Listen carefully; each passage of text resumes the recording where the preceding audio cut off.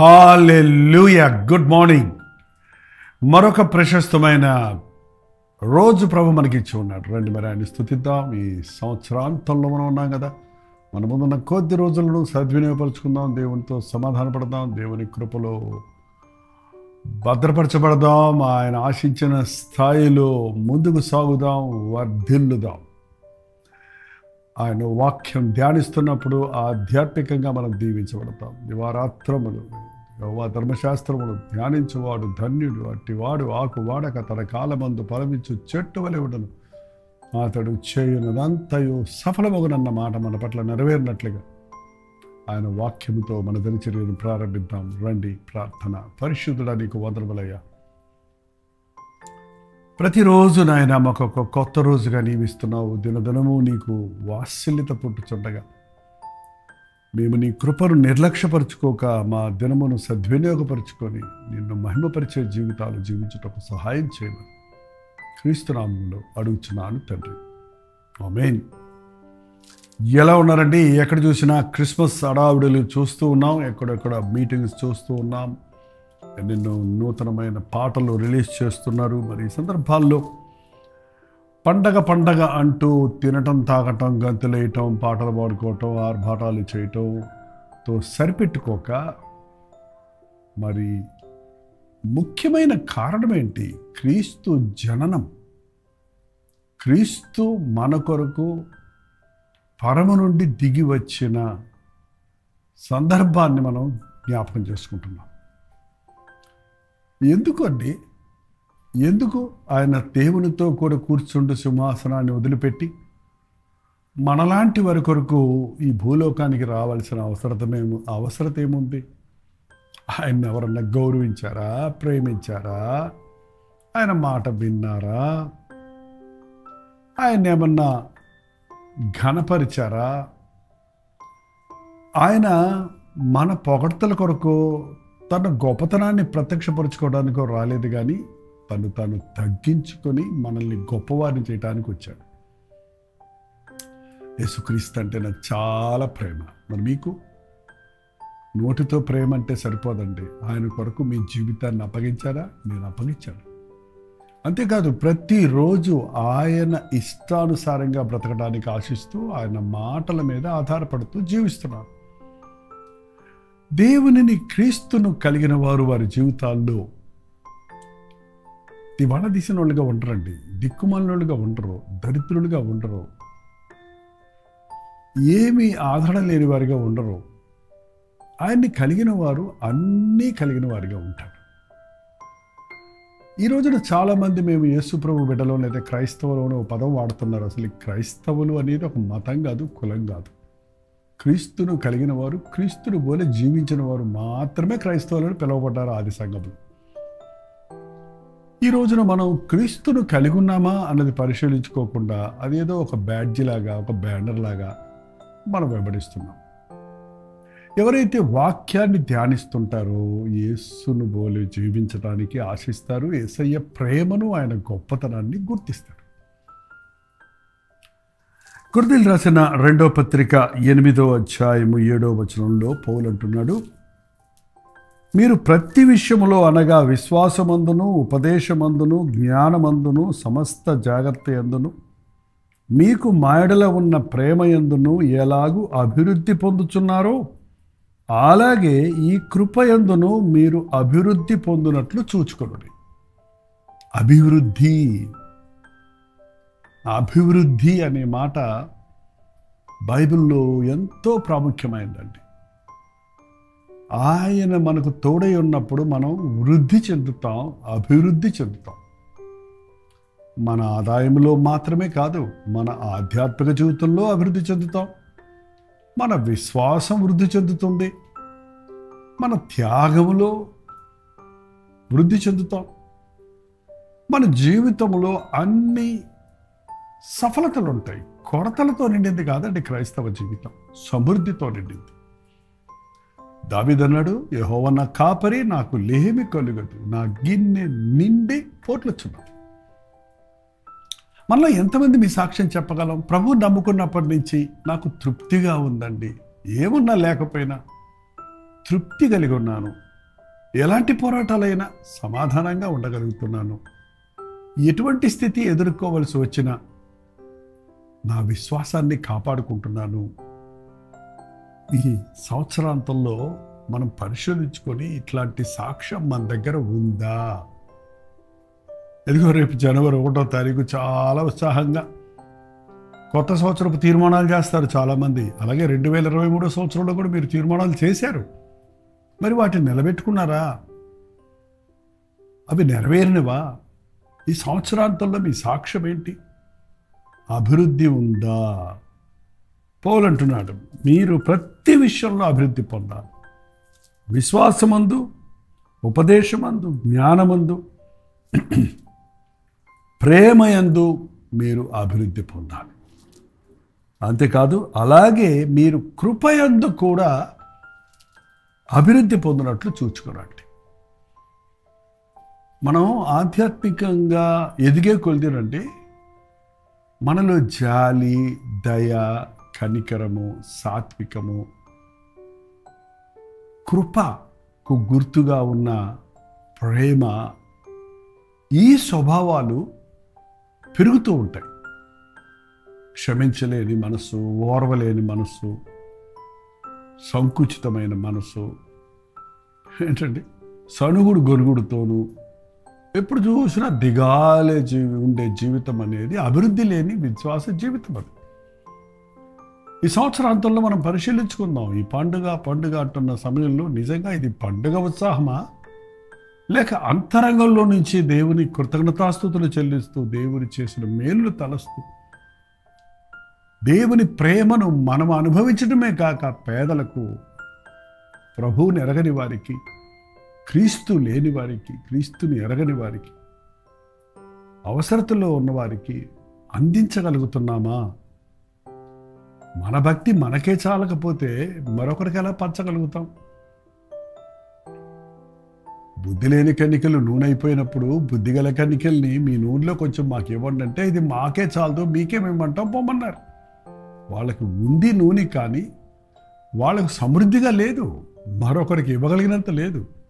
ఇవాళ మన క్రైస్తవ జీవితం అలాగే ఉందండి. మన భక్తి చాలనట్లుగా మనమే మన శోధనలు, పోరాటాలు జయించలేని వారిగా మనమే సతమతం అయిపోతూ ఉన్న పరిస్థితుల్లో ఉన్నాం. కానీ ఈ సంవత్సరాంతంలో యేసుని ఎరగని వారు ఎందరో ఉన్నారే. ఆనాడు దూతలు పాడిన ప్రజలందరికీ కలుగో సంతోషకరమైన సువర్తమానమును ఈరోజు నేను కూడా నా స్నేహితులకి, బంధువులకి, నశించిపోతున్న వారికి రక్షకుడు పుట్టాడన్న సంగతి చెప్పాలే అనే ఆతురత లేని వారు ఆధ్యాత్మికమైన జీవితంలో ఎదుగుదల లేని వారేనండి.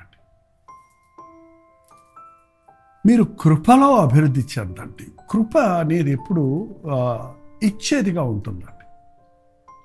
అంటే అవతల వాడు అర్హత లేకపోయినా ఇస్తాం, అర్హత లేకపోయినా క్షమిస్తాం, అర్హత లేకపోయినా ప్రేమిస్తాం, అర్హత లేకపోయినా వారి ఎడల మనం సహనం కలిగి ఉంటాం, సహిస్తాం.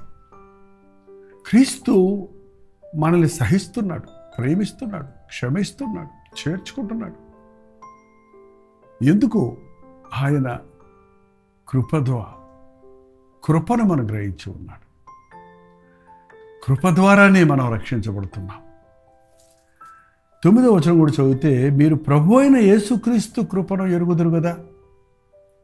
యేసుక్రీస్తు కృప నోటితో చెప్పేది కాదండి, ఊరికే చిన్న చిల్లరి సహాయాలు చేసేది కాదు.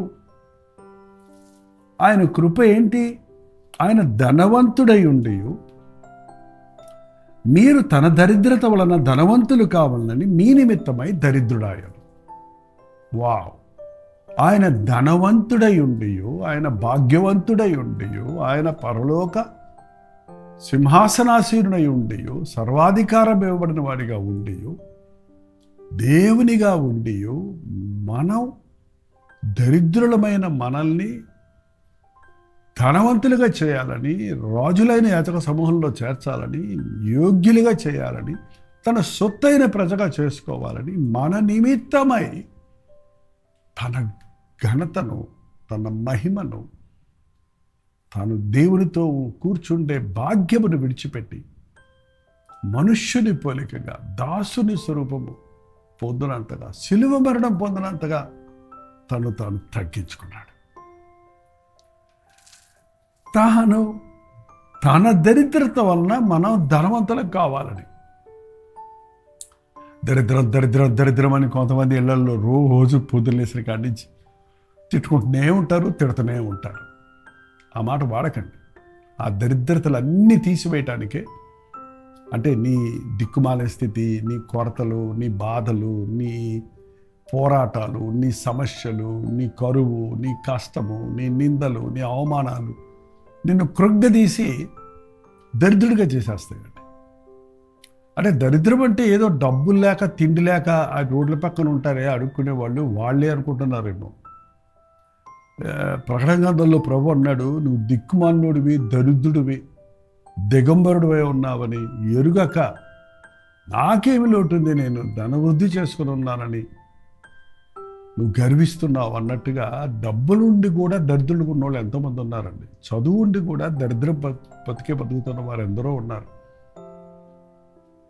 ఎంత హోదాలు ఈ లోకంలో ఎన్ని ఉన్నా మానవుని జీవితం దరిద్రం బతికే కదండి. చనిపోయిన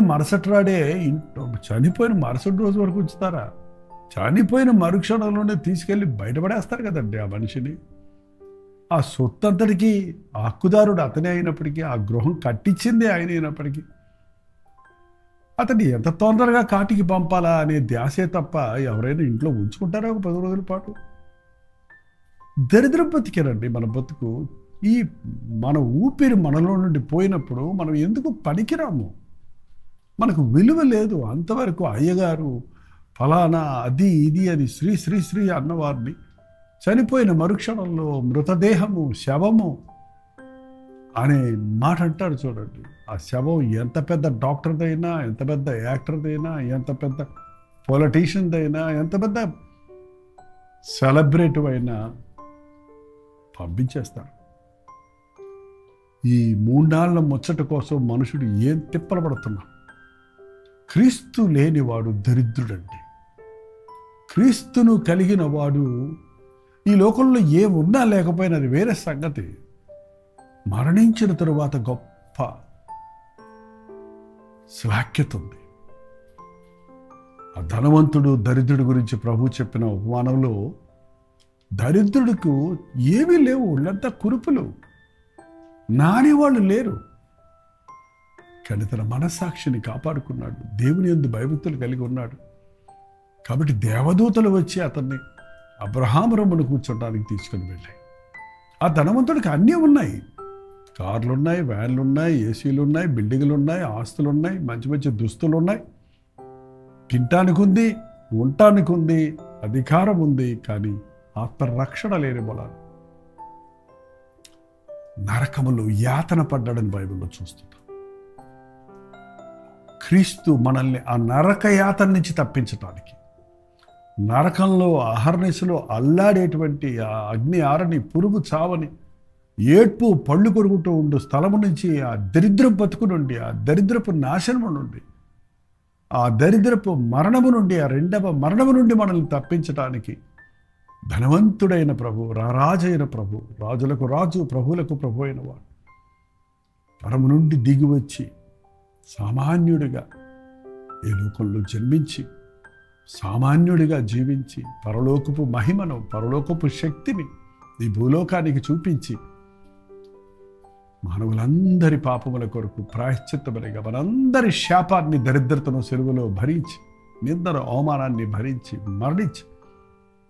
మరణాన్ని జయించి మృత్యుంజయుడై లేచి ఉన్నాడు. హల్లెలూయా. జయశీలుడైన క్రీస్తును కలిగిన వాడు జయశీలుడుగా జీవిస్తాడు. మనం ఈ లోకంలో ఏ ఆస్తులు, సొత్తులు లేకపోయినా ఆత్మరక్షణ పొందిన వాడిని మించిన భాగ్యవంతుడు మరొకడు లేడన్నది గుర్తించి మనం ఆధ్యాత్మికంగా వర్ధిల్లుతున్నామా, క్రీస్తు కృపలో భద్రపరచబడ్డామా అని మనల్ని మనం పరిశీలించుకుంటూ మరో నూతన సంవత్సరంలో ఆయన కృపలో ప్రవేశించి ఆయన సాక్షులుగా జీవించట కొరకు సిద్ధపడతాం. ప్రార్థన. పరిశుద్ధుడ, ప్రేమగల తండ్రి, ఎన్నోసార్లు ఆయన మాకు డబ్బుంది, ఇల్లుంది, వాకిలుంది, సెక్యూరిటీ ఉంది, మాకు ఉద్యోగాలు ఉన్నాయి, మాకు పోషణ ఉన్నది అని గర్విస్తున్నామే కానీ మా ప్రాణం మా యొద్ద నుంచి తీసివేస్తే మేము సంపాదించినవన్నీ ఎవనివగుతావని ఆలోచించని స్థితిలో ఉన్నామే. తినము తాగుము సుఖించుము అన్నదే జీవితం అనుకుంటూ మరణించి అగ్ని గంధకములతో మండి గుండములో పడ్డ ధనవంతుల వలె కాక, అయ్యా నన్ను ప్రేమించి నా కొరకు పరమును విడిచి వచ్చిన ప్రభువు పాదాల మీద పడి నా పాపముల కొరకు పశ్చాత్తాపడి ఆయన రక్తములో కడగబడి ఆయన రాజ్యం కొరకు సిద్ధపడటానికి సహాయం చేయమని అడుగునట్లుగా మా ఒక్కొక్కరికి నీ సహాయం చేయి. ఈ సీజన్లో నా యేసు ప్రభు నా కొరకు ఎంతగా యాగమయ్యాడో, ధనవంతుడైన ప్రభు దరిద్రుడిగా సామాన్యుడిగా ఈ లోకంలోనికి వచ్చి మమ్మల్ని దేవుని రాజ్య వారసులుగా చేయుట కొరకు ఆయన యాగమయ్యాడు అన్నది గుర్తించిన ఆయన నిన్ను స్తుతించి నీకు సమర్పించుకున్నట్టుకు మా ఒక్కొక్కరికి నీ సహాయం ఇచ్చాడు. క్రీస్తు నామములో అడుగుచున్నాను తండ్రి. తండ్రి అయిన దేవుని యొక్క ప్రేమయు, కుమారుడైన క్రీస్తు యొక్క కృపయు, ఆదరణకర్త అయిన పరిశుద్ధాత్మ యొక్క సహవాసం కూడి వచ్చిన మనందరికీ ఇప్పుడు సదాకాలము తోడయుండునుగాక. ఆమేన్. దేవుని స్తోత్రం. మీ ప్రార్థన అవసరతల భారాలు 954041 నెంబర్కి ఒక టెక్స్ట్ లేక వాయిస్ మెసేజ్ ద్వారా వాట్సాప్ పెట్టండి. మీ పక్షంలో మేము ప్రార్థిస్తున్నాం. ప్రభు తప్పక మేము సహాయం చేస్తారు. మీరు ఇతర దేశాల్లో ఉంటే 9100100888 పంపించండి. Doctor Jaipal YouTube channel subscribe చేసుకోకపోతే సబ్స్క్రైబ్ చేసుకోండి. మీరు వీక్షించిన ప్రతిసారి లైక్ చేయటం, షేర్ చేయటం కూడా మర్చిపోకండి. ఉచితమైతే మధ్యాహ్నం 3 గంటలకు హెచ్చరిక, అలాగే రాత్రి 9 గంటలకి లైవ్లో జూమ్లో మళ్ళీ కలుసుకుందాం. అంతవరకు దేవుడు మహాకృప మీకు తోడైనట్టుగాక.